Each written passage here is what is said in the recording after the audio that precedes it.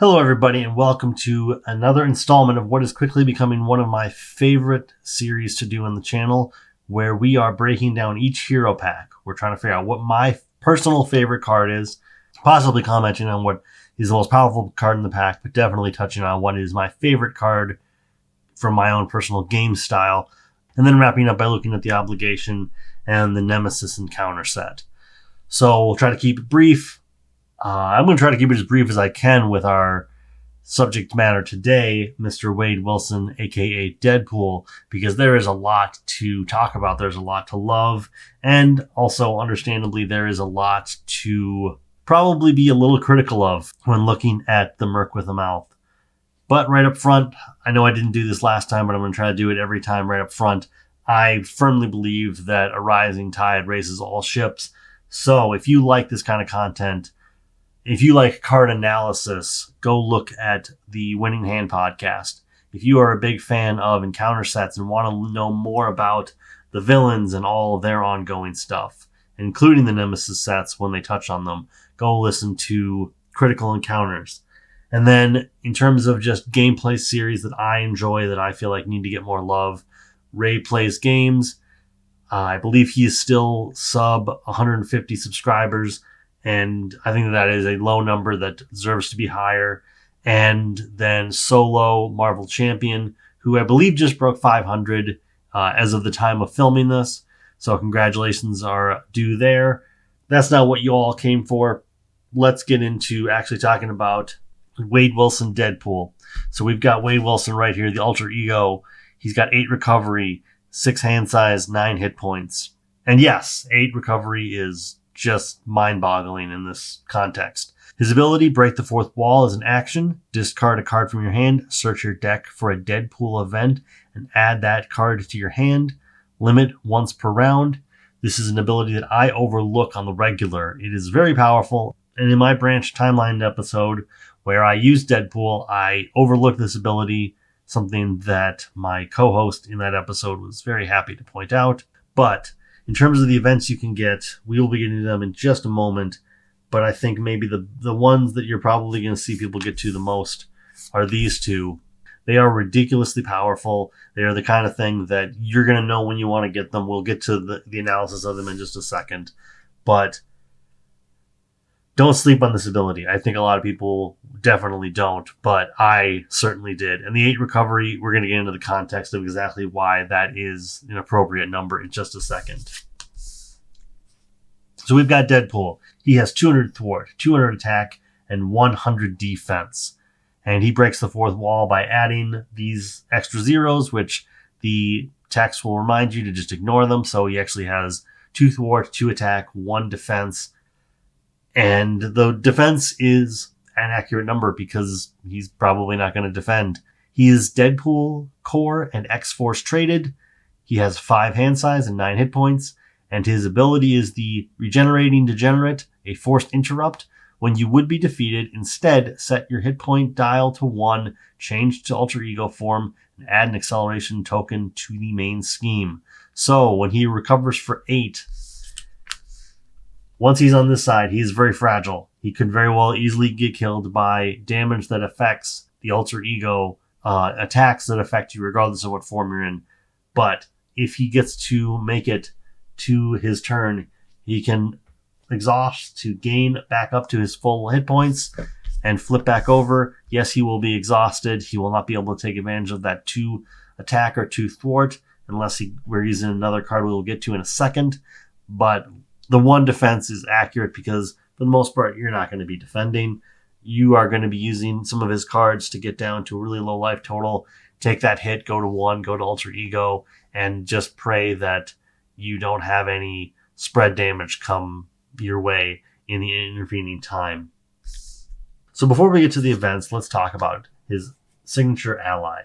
Cable Nathan Summers, a 3-cost ally with 1 thwart, 2 attack, 3 health, and a star on both of his abilities because Cable gets +1 thwart and +1 attack for each acceleration token on the main scheme to a maximum of +3 thwart and +3 attack. So that means that he can be at his most powerful, unassisted, 4 thwart, 5 attack. Now, I have already made Cable the candidate for a sidekick deck that I've codenamed Bosom Buddies that I am very fond of. I think Cable is a completely viable sidekick ally. I don't think there's too many people that are going to debate that. He has the advantage of not having an ability that cares about him being in and out of play. He can take advantage of those extra hit points, and Deadpool is constantly regenerating. He's constantly recovering, so Cable is constantly recovering, and I don't really care what Deadpool's stats are because Cable's are amazing. So yes, awesome card. Next up, let's talk about his events. In this case, we've got 2 copies of Maximum Effort, a 0-cost event, attack traded, hero action attack. Take any amount of damage up to your remaining hit points. Deal an equal amount of damage to the enemy. If Deadpool is at 9, he can pay 9, deal 9, and flip back down to Alter Ego. He could pay 7, he could pay 4. It just depends on what you need to do. For the most part, the only reason why I would probably pay anything lower than 7, probably, I mean, let's just say Deadpool is at his full 9 health. I would bring him down to as low as 2, because it's entirely possible that you may be able to not go down to Alter Ego from that point. But, maybe you just go down to the 1 so that you get that free attack. Either way, the only reason why I would not use a large sum of damage is if I had to get rid of a guard minion. Other than that, this is one of those cards that you are absolutely using the 4th wall to go get on your first turn, because you can just nearly take out the first stage of most villains. Sometimes you can take out the entire first stage of a villain if their hit points are low enough for a contextual reason within the scenario. Great card. Not a lot more to say about it other than just, it plays very well into what Deadpool is doing. Next up, we have 2 copies of Yoo-Hoo, a 1-cost event. Hero action thwart. Take any amount of damage up to your remaining hit points. Remove an equal amount of threat from a scheme. This is not the first card I would go get with the 4th wall ability, but it is also entirely viable on your second or third go around. You've added a bunch of acceleration tokens to the thing. You are going to need to have an answer to those, and this is one of those answers. It can be very difficult when you have upper double digits of threat to be dealing with, and you can really only swing out 9. Maybe more than that if you use an endurance or a symbiote suit, but let's just take it at the base. When you can only deal with 9, you may find yourself in a little bit of a sinking ship if you're not using Yoo-Hoo. And with only 2 copies, it can be a little sketchy. I think it's really important to also point out that I kind of forgot about this. Unlike a lot of other search engines in this game, this one can only go for your deck. So once you've used up a Yoo-Hoo or a Maximum Effort, that's it until you do your shuffle. And you go through your deck fast enough that you're probably going to be able to use several copies of these events, but you do have to keep that in mind. Moving through the events to the last thing that we have multiple copies of, we have this card is Fire, a 3-cost event, attack, force response. After your turn ends, if this card is in your hand, take 1 damage. Deal X damage to an enemy, where X is the amount of damage you have sustained. This is a wonderful companion to Maximum Effort. You pay down to 1, you deal 8 damage, and then this card is Fire, deals 8 more damage, and it's a beautiful combo, and it's something you want to do, and it certainly is high risk, high reward. I do love the fact that if this sticks around in your hand, and it's probably important to point this out, in terms of the way everything works, your turn ends, then you discard any number of cards from your hands, then you draw up, so this could enter your hand during the draw up to your maximum hand size, and you ready. I know I personally kind of do all of this stuff at the end in a one kind of big grouping, but if you draw this card as Fire and you are at 1 damage, you've already passed the point of ending your turn, you've already passed the point of that force response. Thematically, I love the fact that if you keep it in your hand, it burns your hand, and it only helps to kind of like lower your life total so that when you play it, it can deal more and more damage. it's a thematic win for me. It's maybe not my favorite card, but it is a Deadpool card to be. There's no question in that. Next up, we have a single copy of Exhausting Personality, a zero-cost event. Hero action, choose to either place one acceleration token on the main scheme to stun and confuse the villain, or exhaust a hero's identity. That player draws one card for each acceleration token on the main scheme. I have made the mistake of not following up on the second ability and using this on an already exhausted player's identity.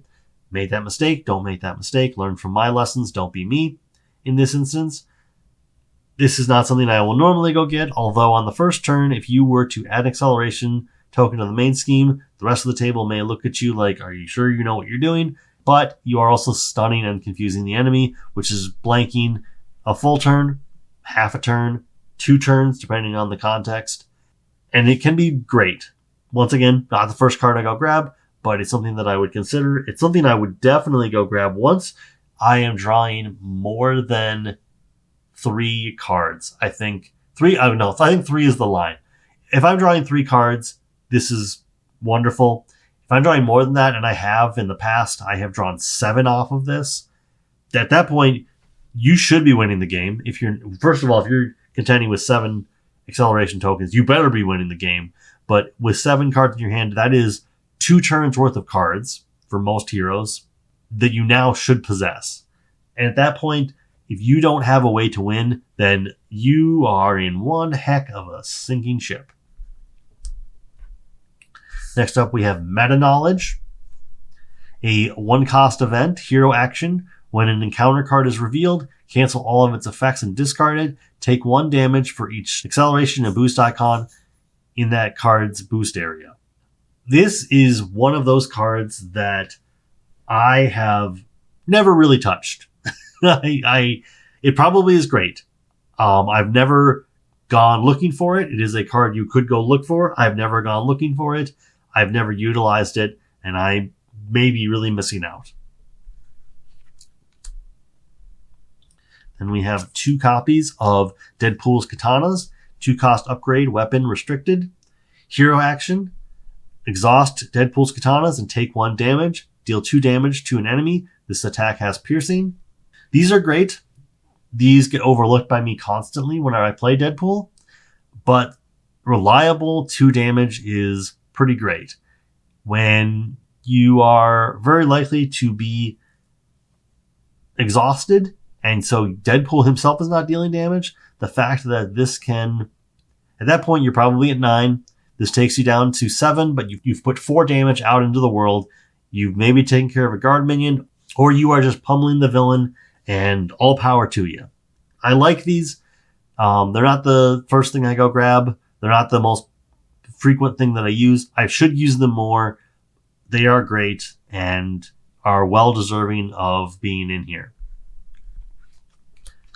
Then we have Chimichanga Truck, a 2-cost support, location, response after an identity makes a basic recovery, exhaust Chimichanga Truck, ready that identity. This is in contention for my favorite card in the pack because it is just so powerful. In a multiplayer game, you can let somebody go down, make a basic recovery. They might be the only person making a basic recovery for the round, and you could just ready them back up, and maybe they need to make another basic recovery because they are one of those heroes that doesn't gain all of their health back, or now they are ready to do something else. Great card. Super unique, super flavorful, super thematic to Deadpool, and like I said, in the running for my favorite card. Next up, we have It Ain't Over. 1-cost upgrade, condition attached to the main scheme. Increase the target threat value of the attached scheme by 2 for each acceleration token on it. This is critical. In pretty much every Deadpool game you play, it is probably a good idea to mulligan aggressively to try to find this card. I understand if you don't, you think you're going to be able to just sort of make it all happen without that extra buffer.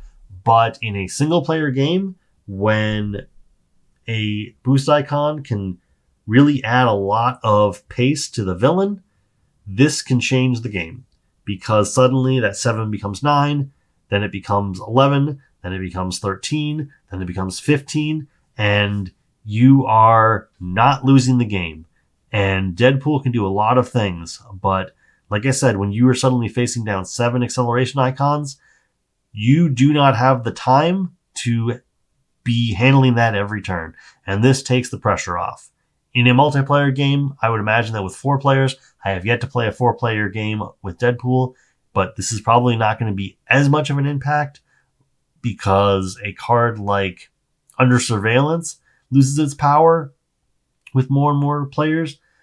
I think this is better than Under Surveillance. I mean, as a identity-specific card, it should be, but I think you can take that as a case study as to just what this card can do as the player count goes up. But either way, critical card. If you're playing Deadpool and you're not taking this card seriously, you need to be taking it seriously. Almost there. We've got another upgrade, Armed to the Teeth, 2-cost upgrade. Response: after you play Armed to the Teeth, search your collection for 1 weapon in any aspect and attach it face down here. Action: exhaust Armed to the Teeth. Swap the card attached here with a weapon upgrade you control. So you can turn Deadpool's katanas into an out-of-aspect weapon, or you can just turn it into a weapon that is in your aspect that you just didn't think you needed. Maybe you just don't build for the scenario, you just build for generic good stuff. And suddenly you go, oh yeah, no, that other weapon would be a lot more helpful here. This is nice because you can go get the laser swords in the Deadpool aspect without needing to worry about being in the Deadpool aspect and dealing with the Crisis of Infinite Deadpools and Dreadpool. A part of the thematics of the Deadpool aspect, or of the pool aspect, that I, having now put some time into it, might disagree with. The pool aspect is strong. I don't think it's so strong that it needs another copy of Shadows of the Past specifically for it, but who am I to say? That has nothing to do with this card. I think this is an interesting card. I like how meta it gets. It's not my favorite card, but I certainly see how it can be very useful. And I think that it bends the rules of the game in a way that doesn't break it. I think that's what's important, is Deadpool as a hero in this game definitely flirts with the fourth wall, but I don't feel like he busts through it so much that it's distracting. In the right groups, it's a funny hero. It can be very challenging, but I don't feel like it is aggressively bad for the game. And last thing, we've got Montage. I always love when a hero has a resource, and Deadpool has an interesting resource. I think I have misread this card now that I'm looking at it. So this card is a resource that it generates 1 additional wild resource for each acceleration token on the main scheme to a maximum of 3 additional resources. I'm fairly certain that I have mentally capped myself off at 3 when this goes to 4. Only thing is, you're not going to put a lot of things that cost 4 into your deck because you need to have a plan for how you're going to be able to pay for that. And that's not always something that's easy to do. So my guess is that even when I did use this card, in my mind, I was at 3. So I was overpaying, but I didn't even realize I was overpaying. Regardless, this is a funny card. This is a great card. It certainly makes having all those acceleration icons not hurt so badly. And looking at here, there's nothing that Deadpool specifically needs it for. But I mean, I guess it allows you to pay for this card as fire with only 1 card. Other than that, there's nothing that in his pack is so needed. I mean, Cable too, but there's nothing that like his actual hero pack needs so badly. But overall, Montage is a fun card. All right, so we've got Merc with a Mouth, or the Merc with a Mouth. Obligation: give to the Wade Wilson player. Exhaust each ally you control. Allies you control cannot ready. Other players cannot resolve player card abilities during your turn. Force response: after the hero phase ends, if you have not talked this phase, discard this card. As a content creator, I've obviously come up with my own way of getting around this card. that I feel like was appropriate. I have not run into this yet in the wild where I have had to not talk during a multiplayer game.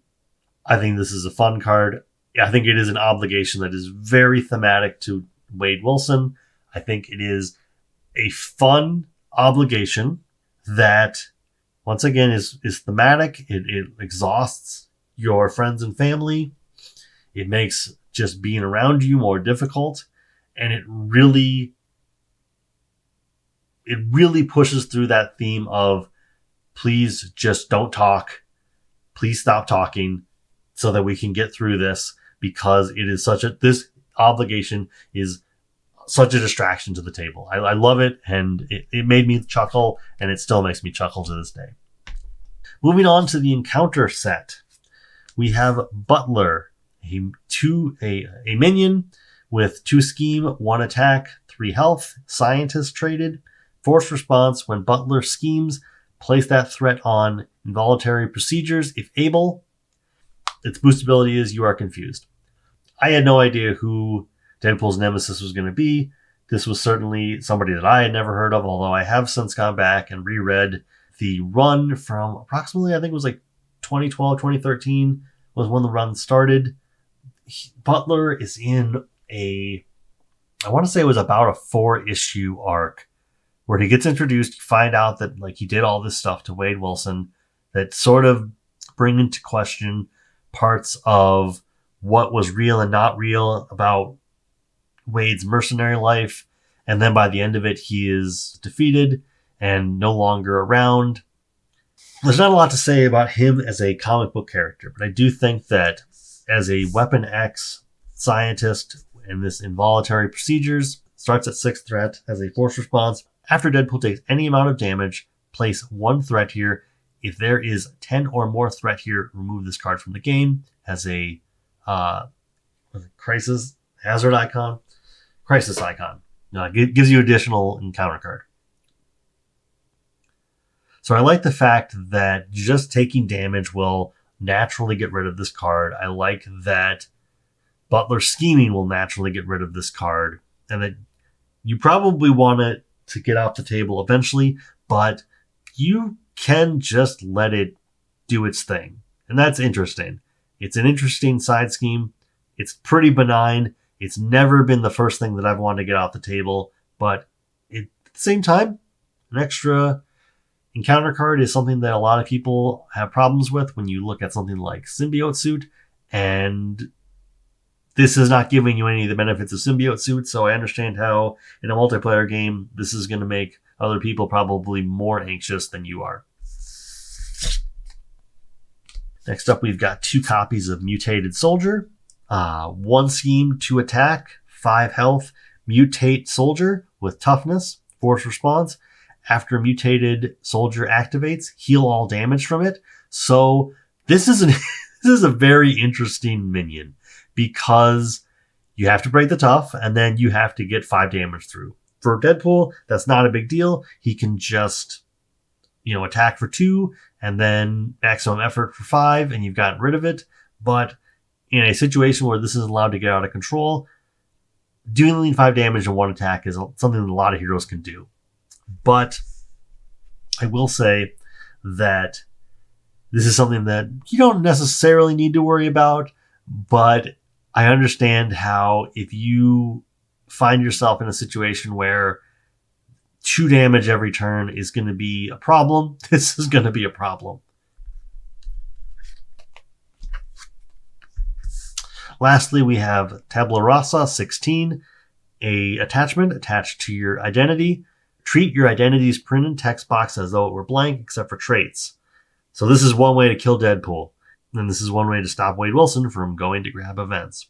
Alter Ego action, spend 2 genius resources, discard this card, boost ability, attach this to your identity. So this is probably the most obnoxious card in the encounter set, only because it is just one more way for your identity to be blanked. And hero cards are so powerful that to blank them, there's not a downside on these cards. The 1 or 2 times this has come out, this has been obnoxious, mainly because Deadpool suddenly is fallible. He can die, and For other people, when suddenly Tony loses all of his extra hand size, that can be a problem. When, oh gosh, who was it? I suppose for Hulk, this is probably fine because he's not discarding his entire hand. But, Spider-Man's spider sense can't go off. Miles loses his ability to do any of his stuff on his events. So, yeah, this can be an annoying card. Not everybody has genius resources just sitting around. Although, frankly, if you don't, after a few turns, I don't know what to tell you. That would be it.